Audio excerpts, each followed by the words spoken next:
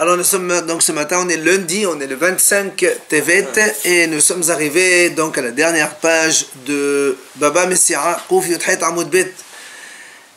Et pour terminer à Kouf Yudhet donc, et nous sommes arrivés à la 7e ligne, à Malabaye, 7e ligne donc de Kouf Yudhet Amoud Bet. Amal Abaye, il vient donc Abaye nous dit Rabbi Yehuda, Rabban Shimon ben Gamliel, Rabbi Shimon, Kol Yehusi vel Alhu. Il vient Abaye nous enseigne et nous dit ici il y a donc un point commun entre Rabbi Yehuda, Rabban Shimon ben Gamliel et Rabbi Shimon, que tous pensent que lorsque les Hachamim autorisent les gens à ce qu'on appelle Miqalqilin, c'est-à-dire faire les choses, mettre des choses, par exemple jeter la poubelle dans la rue, ou à l'époque ils devaient par exemple ouvrir les égouts pour les évacuer dans les rues, etc. Eh bien, puisque les Hachamim autorisent de faire cela, eh bien, même s'il y a un dommage, ils ne paieront pas. Puisqu'on fait ça avec l'autorisation des Hachamim. D'accord? N'oublions pas que ce qu'on a vu dans la Mishnah, que la Mishnah a dit que si quelqu'un il fait des choses, soit il met pour fabriquer des briques, ou bien malaxer l'argile, ou faire n'importe quelle construction. Il a un chantier, il met des choses à l'extérieur, eh bien, la Mishnah a dit que même si on l'autorise de faire certaines choses, s'il provoque un dommage à cause de ça, il doit payer. Mais on a vu que Rabbi Yehuda, il est cholère.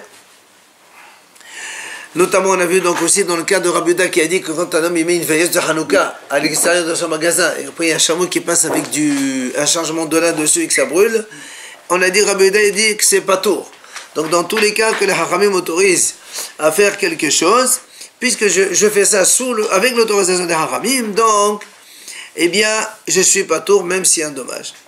Alors il vient, il détaille Abaye, il dit Rabbi Yehuda had Amran. Donc Rabbi Yehuda, ce qu'on a vu nous, juste dans la braïta d'avant, Kol elu she'amu, tous ceux qui ont dit Motane Khalqe Beshut Rabbi, Imizek Hayav Leshalim Rabbi Yehuda Poter. Ça c'est une braïta claire dans laquelle c'est marqué tous les cas où les Hachamim ont autorisé les gens à mettre des déchets dehors ou de faire des choses, donc abîmer les choses à l'extérieur. Sinon dommage Hayav, c'est la Mishnah, Tanakama dit comme ça, mais Rabbi Yehuda il dit pas tout. Donc Rabbi Yehuda il est Poter. Ça c'est le Rabbi Yehuda. Le deuxième, Rabban Shimon ben Gamliel. Voilà donc Abaye nous amène le cas de Rabban Shimon ben Gamliel. Lui aussi, quand il dit que quand on fait un dommage, dans la mesure où on fait ça avec l'autorisation des Hachamim, on n'est pas tour de payer. C'est quoi le cas? Dites-nous. La Mishnah l'enseigne. Rabban Shimon ben Gamliel Omer. Af metaken hu et melachto lifnei sheloshim yom. Ça c'est notre Mishnah. Dans notre Mishnah, on a dit qu'un homme, quand il a un chantier, dès qu'il amène l'argile, il faut que l'autre il prenne tout de suite pour faire les briques. Il commence à amener les briques, le constructeur il les amène tout de suite à la construction. C'est-à-dire, la Mishnah a dit, il ne faut pas laisser le chantier, on va dire comme ça, à l'extérieur dans la rue, parce que ça peut causer des dommages. Mais à la base, Shimon ben Gamliel, dans notre Mishnah, il a dit... Il a le droit même, c'est-à-dire il a le droit de faire ça pendant 30 jours, et tous les 30 jours, il a le droit de refaire ça. D'accord? Donc ça, c'est le cas de Rabban Shimon ben Gamliel, qui a dit qu'on a le droit de faire. Puisque Tanakama a dit non, lui, il a dit oui. Le troisième, c'est Rabbi Shimon. Rabbi Shimon, c'est quoi le cas de Rabbi Shimon? Dites-nan, Haya ma'amido ba'aliya, salir shi'it tahta ma'aziva shiroshat vahim u'bekelat tefah. Ça c'est le cas où Hachamim dit d'abord, on a vu dans la Mishnah c'est marqué comme ça. Si un homme à l'époque quand il voulait construire par exemple des fours, eh bien il devait laisser un espace entre le four et le plafond de celui qui habite au-dessus, parce que ça peut abîmer le toit. Et si quelqu'un maintenant il habite à l'étage, il veut construire un four dans son étage, il doit aussi avoir un minimum de murs planchers, voilà, pour ne pas que ça abîme le bas. Alors c'est pour ça que la Mishnah dit comme ça. Si quelqu'un il veut construire un four dans l'étage, ça on verra ça dans Baba Batra Be'ezrat Hashem. Il faut qu'il y ait un ma'aziva, c'est-à-dire le plancher, il doit mesurer au minimum 3 tfahim d'épaisseur. Parce que le four, il y a beaucoup de feu là-bas, c'est trop chaud, et donc ça risque d'abîmer le sol, le plancher. Donc c'est 3 tfahim. Ou va kira tefa. Si maintenant il veut construire juste une kira, c'est une cuisinière de l'époque. Kira, c'est quand ils mettent comme ça un petit... comme une cuisinière, avec 2 petits gaz. À l'époque, c'était 2 trous, ils mettent le charbon en bas, et ça fait cuire donc la nourriture. C'est donc ça, on n'a pas besoin, comme il n'y a pas beaucoup de chaleur, eh bien, tefa, ça suffit qu'il y ait un espace de plancher qui mesure 8 cm d'épaisseur, ça suffit. Maintenant, la Mishnah a dit là-bas, même si on t'autorise de faire ça, c'est-à-dire que même si moi je respecte ces dimensions que les Haramim m'ont données, j'ai fait un four, j'ai respecté les 3 tfahim donc du plancher, j'ai fait une cuisinière, j'ai respecté le plancher de 1 tefa. Et malgré tout, après, il y a eu un dégât. C'est-à-dire, ça a brûlé le plancher, ça a effondré le plancher, etc. La Mishnah a dit, il paye quand même. Et c'est là où la Bishimon Omer, Lo amru kol asheronim hala, lo ella shemezir patum melishanem. Ya Rabbi Shimon, il dit non. Si les Hachamim t'ont donné ces dimensions, c'est donc espace minimum à respecter pour éviter les dommages, c'est que s'il y a un dommage après, tu n'es pas responsable, sinon à quoi ça sert? Donc il me donne l'autorisation de faire, donc si après il y a un dommage, je ne paye pas. C'est le point commun donc entre le Rabbi Yehuda de chez nous, Rabbi Shimon Gamliel de chez nous, et donc Rabbi Shimon. Tano Rabbanan Hachamim enseigne. Deuxième enseignement, Hahassav Shemasa la Satat. Alors, vous savez qu'à l'époque, quand on voulait prendre des pierres, il y a plusieurs étapes. Ça commence par Hatsav, c'est celui qui extrait la pierre de la montagne. Hatsav, c'est Hatsav, donc il extrait, il sort la pierre de la montagne.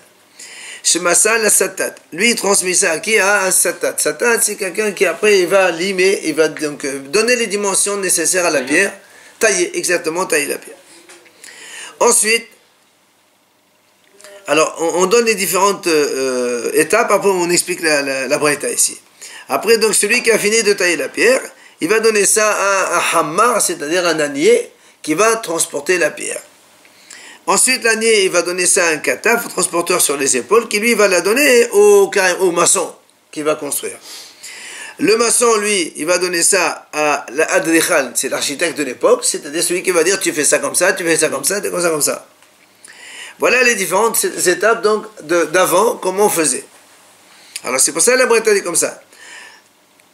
Lorsqu'un homme, il a donc engagé toute cette chaîne-là pour faire un chantier chez lui, construire, lorsque celui qui a extrait la pierre, il l'a transmise déjà au tailleur. Si maintenant la pierre, elle s'abîme chez le tailleur, c'est le tailleur qui est hayav de rembourser. Maintenant, deuxième étape. Le satat, le tailleur, il a fini, il a taillé la pierre, il a transmise à l'ânier. Et après, c'est l'ânier qui donc devait la transporter. Et soit elle s'est cassée ou elle s'est abîmée la pierre dans le transport. Hamal hayab, évidemment c'est lui qui va être hayab. Hamal se massal à kataf. Maintenant, lorsque l'ânier est arrivé là-bas devant le chantier, il a donné ça à un monsieur qui va transporter ça. Et le transporteur l'a donc abîmé, un kataf hayab, donc c'est lui qui va être hayab. Si maintenant le kataf se massal à bannaï, si lui, le kataf, le transporteur, il a donné au maçon, donc il va faire cimenter, mettre ce qu'il faut là dans cette pierre-là, et après elle est abîmée chez lui, chez le maçon, abanaï hayab. Enfin, abanaï chez masal advichal. Lorsque maintenant le maçon il a donné ça au chef de chantier pour qu'il lui dise, le chef de chantier, où il faut la mettre, exactement où tu la mets, où il va lui-même la placer, c'est lui advichal hayab, c'est lui qui va être hayab. Maintenant, il dit comme ça. Et donc chacun maintenant à son étape il est hayab du dégât s'il y a un dommage au niveau de la pierre. Il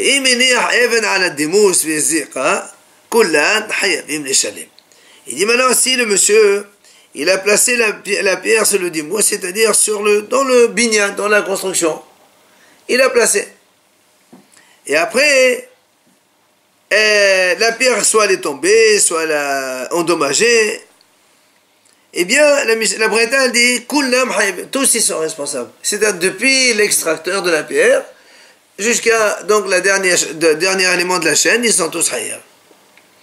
Alors, l'Agma vient poser une question, pourtant, voilà, Ahadon Hayav. Pourtant, dans une braïta, il est marqué Ahadon Hayav, qu'il n'y a que le dernier qui est Hayav, c'est-à-dire le Adrichal, donc le chef de chantier. Alors, comment on peut donc concilier les deux braïtot? Donc, Ahadon Hayav, les autres, ils sont pas tours et les derniers sont Hayav. Comment on fait alors? L'Agma répond la Kashia. Il n'y a pas de question. Pourquoi il n'y a pas de question? Kan bischirut, kan biqablanut. Et donc, ça dépend. Si sont, donc, soit ils sont salariés, soit ils travaillent au forfait. Quand ils sont salariés, c'est le dernier qui est Hayav. Puisque chacun, il est salarié pour la tâche qu'il a à faire. Moi, j'ai fini ma tâche, j'ai plus rien à faire, même s'il y a un problème après, c'est toi qui suis. Chacun, donc, il a une tâche salariée à sa place. Par contre, dans le cas où ils sont biqablanut, ils travaillent tous au forfait, c'est donc tout l'ensemble de ces personnes-là qui sont responsables de mettre les choses en place. Alors, c'est là où la Braïta dit, tous ils sont pas tours, c'est eux Hayav chez nous, c'est à cause de cela. Matitin, nouvelle Mishnah.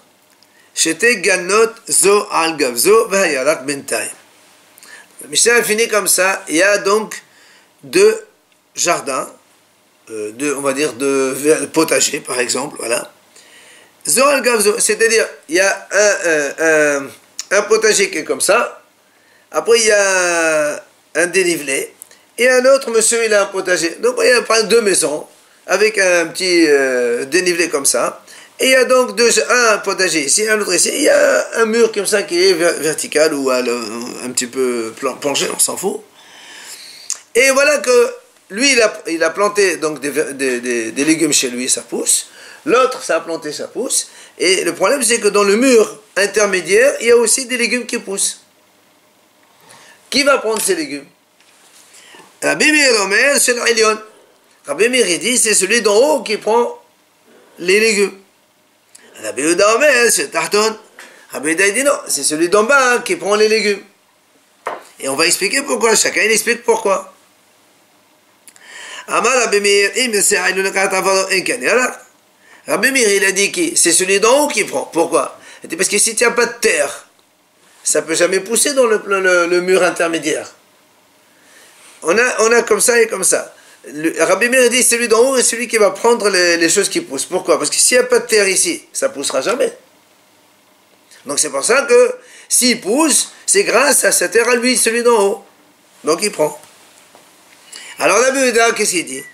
Rabbi Yehuda Omer, Amar Rabbi Yehuda, Im Yirsa Taton Emalot Et Ginnato En Kan Yarak. Il dit, Rabbi Yehuda, lui, il dit, c'est vrai, mais si celui d'en bas, imagine qu'il a il n'a pas envie de planter, il ne veut rien planter, il veut remplir de sable dans tout, il a le droit, il veut combler son terrain de terre, donc il n'y a rien qui va pousser non plus. Alors qu'est-ce qui permet que ça pousse? C'est parce que l'autre, il n'a pas mis de la terre, il n'a pas comblé. Donc c'est celui qui est en bas qui prend. Alors Rabbi Meir, Rabbi Yehuda. Amar Rabbi Meir, il vient Rabbi Meir, il dit, mais ahas shenehem yicholin imchot ze al ze, alors en mechan yarak ze hay. Il vient Rabbi Meir, il dit, puisque donc on a maintenant une divergence et on ne sait pas, chacun il dit c'est moi qui prends, c'est moi qui prends. On n'a qu'à voir d'où vivent ces légumes. Ils vivent d'où? De la terre qui appartient à celui d'en haut.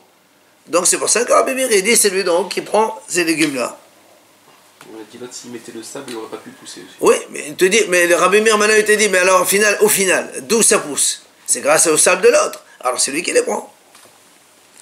Amar Rabbi Shimon, il vient Rabbi Shimon, il fait donc on va dire comme ça, un juste milieu entre les deux. Il dit, Kol she'ha'ilyon yachol lifshot et yado leton al-hu shelo, ve'ashe'a shel tahton. Rabbi Shimon il dit comme ça. Tout ce que celui d'en haut, il peut tendre la main et prendre, il prend.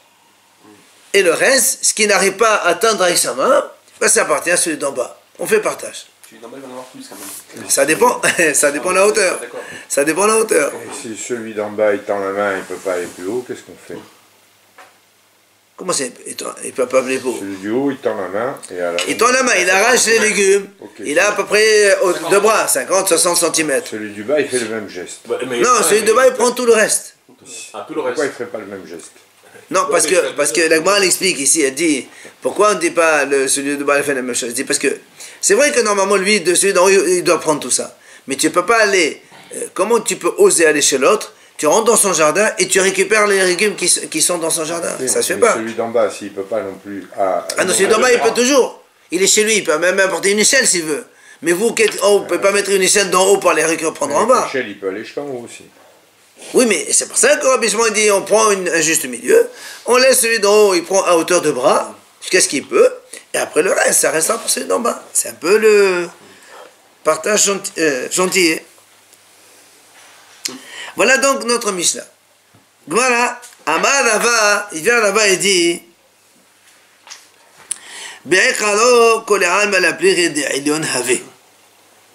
quand il s'agit de prendre c'est-à-dire la racine même de ces légumes-là, eh bien tout le monde est d'accord que c'est celui d'en haut qui les prend.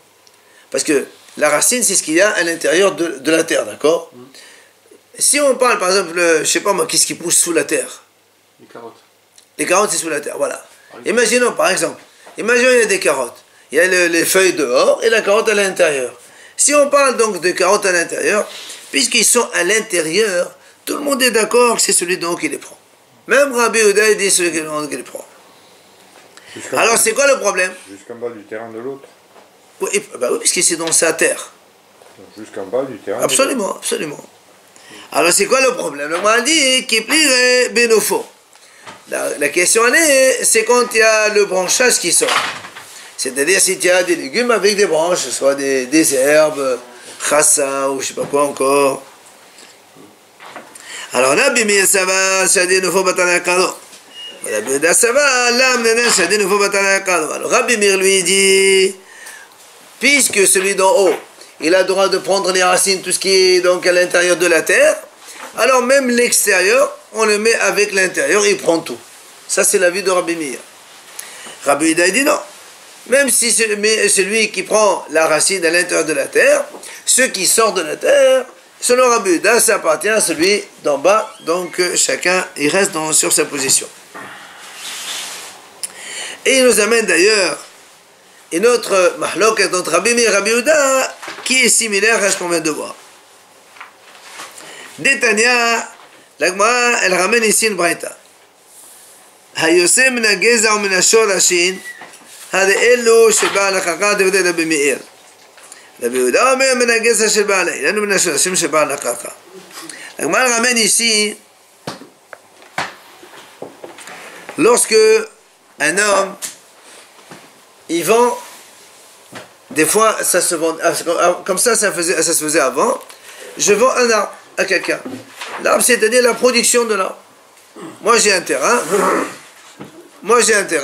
j'ai plein d'arbres. Lui, monsieur, je lui vends un arbre seulement. Un arbre qui pousse donc dans mon terrain. Et lui, donc, tous les fruits qui poussent, c'est à lui. Alors, qu'est-ce qui se passe? Il y avait un arbre comme ça, donc il poussait, il y avait des fruits.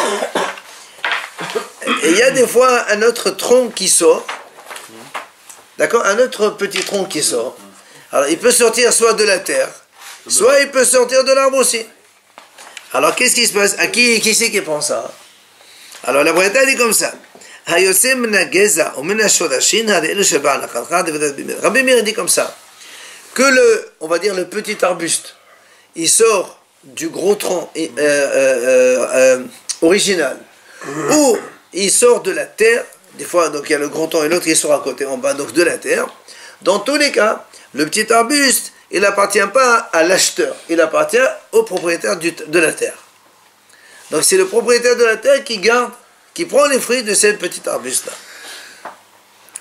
Rabbi Yehuda Omer, il vient Rabbi Yehuda, il dit non. Menageza shel ba'al ha'ilad, ou menashonashin shel ba'al ha'kaka. Rabbi Yehuda dit ça dépend. Si le tronc il sort de la terre, alors ça appartient au propriétaire de la terre, d'accord. Mais si le tronc il sort de l'arbre, du gros tronc de l'arbre, là il appartient donc à l'acheteur de l'arbre, puisque ça vient de son arbre à lui. Ça c'est donc la mahloket, comme exactement la même chose que chez nous ici. d'accord, comme avec les deux petits potagers. Rabbi Meir dit, la racine et ce qui sort, tous les deux, c'est un monsieur d'en haut. Et Rabbi Yehuda dit non, la racine, c'est d'accord au monsieur, mais ce qui sort de l'autre côté, c'est donc celui d'en bas. Outnan Nami Gaber Orla. La Gemara ramène ici, il y a aussi une autre braïta, il y a marqué Outnan, une Mishnah, Tosfot dit, il n'y a pas une Mishnah comme ça, donc c'est une braïta. Au sujet de Orla. Là aussi, on a vu la Orla, rappelez-vous, ça c'est donc quand un homme il plante un nouvel arbre. D'accord? Vous savez, il y a 3 ans, Shalosh Shanim Yeulachem Adelim. Pendant 3 ans, on n'a pas le droit de manger les fruits qui poussent donc les 3 premières années. Alors la Braïta dit comme ça, qui haïkvana, la même chose. Si un homme il a planté un arbre, donc il a planté un arbre normalement, il a attendu les 3 ans, 4e année, on est 10e année. 10e année, il est en train de manger toutes les années, manger fruits tranquillement. Voilà d'un coup, Ayotse Menagezar Menashodashin. Il y a un tronc, un autre arbuste qui sort, soit du sol proche de l'arbre, donc il y a le gros tronc, un autre petit tronc qui sort, soit il sort du tronc même, il y a une autre branche qui sort. Alors la Braïta dit, selon Rabbi Meir, Hayab Be'ola devrait Rabbi Meir. Rabbi Meir dit, ces petits arbres qui poussent là maintenant, il faut leur recompter de nouveau hors là 3 ans. Même si ça pousse de là. Parce que le grand arbre, le grand tronc, c'est un. Les petits arbustes qui poussent à côté, c'est autre chose. Donc, il faut compter 3 ans de nouveau. Rabbi Yehuda Omer, il vient Rabbi Yehuda et dit, non. Quand ça sort du tronc lui-même, alors il n'y a pas d'orla, c'est la suite de grands arbres. Mais si ça sort de la terre, alors là, d'accord, on rencontre de nouveau 3 ans d'orla, interdiction de manger les fruits pendant les 3 premières années. Donc on voit ici la même marloque d'orla. Dans la vente de l'arbre aussi, c'est exactement pareil. Entre Rabbi Meir, qui dit que quand ça sort, que ça sorte de la terre ou du tronc, c'est la même chose. Et Rabbi Yehuda, il dit non, quand ça sort de la racine en bas de la terre, c'est une chose, et quand ça sort du tronc de l'arbre, c'est autre chose. C'est exactement similaire. Il s'appuie sur quel argument pour dire que c'est pareil? Si c'est une repousse du tronc et si ça vient du sol, comment il peut assimiler les deux? Parce que lui, il te dit, Rabbi Meir, toi... Il s'appuie sur quoi, justement? Parce que la Torah a dit, quand tu plantes un nouvel arbre, tu rencontres 3 premières années, ça fait 10 ans qu'il y a un arbre comme ça, et puis d'un coup, il y a un tronc qui sort. Donc c'est pour moi un nouvel arbre. Mais c'est le même arbre qui produit... D'accord, mais c'est un petit arbuste qui est sorti de l'arbre. C'est un bébé. Non. C'est son avis. C'est une ramification du premier. Je vais vous dire... C'est ça la mahlouk d'entre les deux en fait, parce que tous les deux ils sont d'accord quand ça sort de la racine, c'est de la terre quand même. Donc la mahlouk elle vient de là justement. Est-ce que ce qui sort du grand arbre, c'est indépendant du grand arbre ou ça fait partie vraiment complètement intégrante? Voilà. C'est que si on coupe le pied du grand arbre, la ramification n'est pas viable.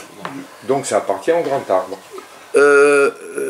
C'est pas sûr parce que si des fois, vous savez, il y a des gros troncs, et vous avez à côté donc un petit tronc qui sort. Alors ça dépend s'il sort de la terre ou s'il sort de l'arbre, c'est pas évident que... S'il sort de l'arbre, oui. Il appartient à l'arbre, il n'y a pas de marque locale. Non, pourquoi s'il sort de l'arbre et qu'on coupe le gros tronc et lui il est encore planté avec des racines, même s'il est collé à l'arbre, il peut très bien vivre tout seul. Bon. Quoi qu'il en soit, la Gemara a dit, on a besoin des deux. La Gemara a posé une question. Mais c'est exactement la même mahloket pour nous apprendre la même chose. Car Rabbi Meir dit que ça sorte de la terre ou du tronc de l'arbre, c'est la même chose, aussi bien pour la vente de l'arbre, rappelez-vous, quand il a vendu les fruits d'un arbre, il ne prend que ça, et les 2 autres, il ne les prend pas, c'est l'acheteur, ça lui appartient, le propriétaire de la terre. Ou pour la orla, Rabbi Meir a dit, les 3 premières années, on recommence à compter. Et alors que Rabbi Yehuda, il dit, dans le terrain vendu, il dit, ce qui sort de la terre, ça appartient au propriétaire de la terre, mais ce qui sort de l'arbre, ça appartient à l'acheteur. Et là, dans la orla, la même chose, il dit, ce qui sort de la terre, ça, on recommence le compte de orla, mais ce qui sort de l'arbre, c'est la continuité de l'arbre. Pourquoi on répète les 2 mahlokot exactement les mêmes? Alors là, on a besoin de répéter. Pourquoi? Parce que si on nous enseigne que le premier cas seulement, quand quelqu'un il a vendu un arbre pour ses fruits, Et on te dit, voilà, comme on a dit tout à l'heure dans la Braïta, c'est marqué, selon Rabbi Meir, lorsque quelqu'un il a vendu un arbre, donc les fruits d'un arbre, il n'a pas vendu la terre, il n'a vendu que les fruits d'un arbre. Alors si un jour, il y a un petit arbuste qui pousse dessus, qu'il pousse sur la terre ou sur l'arbre lui-même, Rabbi Meir dit, ça appartient au propriétaire de la terre. Et donc si on t'apprend que ce cas-là seulement, moi j'aurais dit, d'accord, là Rabbi Meir dit que le petit arbuste il sort de l'arbre ou de la terre, ça appartient au propriétaire de la terre, et Rabbi Yehuda dit non, il dit non, ce qui pousse de la terre, je comprends qu'il appartient au propriétaire de la terre, mais ce qui sort de l'arbre lui-même, le petit arbuste, ça appartient à l'acheteur. Alors moi, et si on s'arrête là, on ne t'enseigne pas le cas de Orla, j'aurais dit, très bien, là-bas Rabbi Yehuda il dit, le petit arbuste qui sort de l'arbre, il appartient à l'acheteur. Pourquoi? Parce que c'est une histoire d'argent. Alors lui, Rabbi Yehuda il dit, bon, l'autre il a acheté avec son argent, ça lui appartient. Mais Aval Gaber Orla des Sola et Mamodé, mais pour la Orla, si on ne m'enseigne pas le cas d'Orla, moi je vais dire que Rabbi Yehuda il dit, comme Orla c'est quelque chose d'interdit, la Torah interdit de manger, peut-être que Rabbi Yehuda il est mahmir comme Rabbi Meir, il dit non, même le petit tronc qui pousse, le petit arbuste qui pousse sur le grand arbre, là aussi il faut lui compter 3 ans d'Orla parce qu'il a peur, mahmir, quand on a une interdiction, on est mahmir. C'est pour ça qu'on t'a enseigné la deuxième braïta, pour te dire non, que même dans ce cas-là de Orla, Rabbi Yehuda il dit, quand le petit arbre il sort du grand arbre, il n'y a pas d'Orla du tout. Donc tu vois bien qu'on a besoin de te le dire. Maintenant, ici maintenant, enseignez-moi ce cas d'Orla. Voilà. Voilà. Alors il dit, vite, si on t'enseigne ce cas-là d'Orla, là aussi, là j'aurais dit, Rabbi Meir il a dit quoi? Il a dit que dans les deux, aussi bien le petit arbuste qui sort de la terre, que celui qui sort donc de l'arbre, du grand arbre. Ça c'est tous les deux, ils sont concernés. On reprend le compte d'Orla depuis le début. D'accord? Aval Béaï, mais là-bas, si on ne t'enseigne pas le cas de la vente de l'arbre, alors moi j'aurais dit, j'aurais dit que Rabbi Meir il est d'accord avec Rabbi Yehuda, comme c'est une histoire d'argent, il n'y a pas d'interdiction. Alors tu laisses ce petit arbuste pour le propriétaire du grand arbre qu'il a acheté, lui, les fruits de ce grand arbre-là, il pourrait manger aussi les fruits du petit arbre. C'est pour ça que la Gemara te dit non, on a besoin de t'enseigner que même dans ce cas-là, Rabbi Meir n'est pas d'accord. Il y a donc une grande marloquette entre Rabbi Meir et Rabbi Yehuda.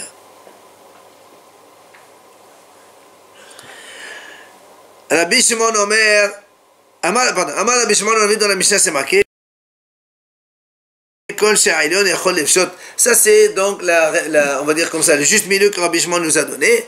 Quand on a un potager, il y a un petit, comme ça, un dénivelé, il y a un autre potager qui appartient à deux messieurs différents, et dans le dénivelé, il y a les légumes qui poussent. Rabbi Shimon, il a dit, celui d'en haut, il peut, donc, avec sa main, il prend ce qu'il peut récupérer, le reste, ça appartient à celui d'en bas.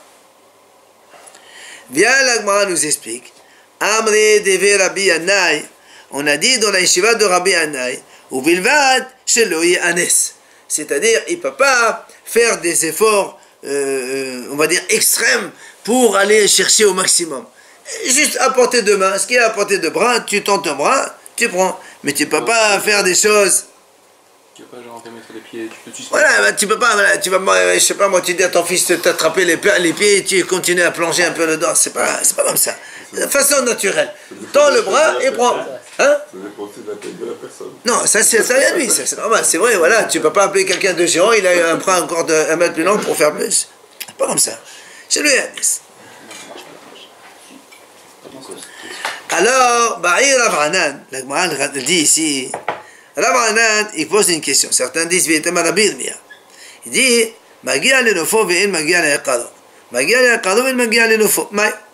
Il dit, imaginons, tu as dit toi que le monsieur d'en haut, il tend la main pour récupérer ce qu'il peut récupérer. C'est à lui. Alors, il dit, imaginons, tu as comme ça, dans le nivelé, il y a une, par exemple, je sais pas moi, un légume, n'importe lequel, il sort, mais quand il sort, les feuilles elles penchent en bas. Donc lui, il arrive à attraper la racine, mais il n'arrive pas à attraper les feuilles.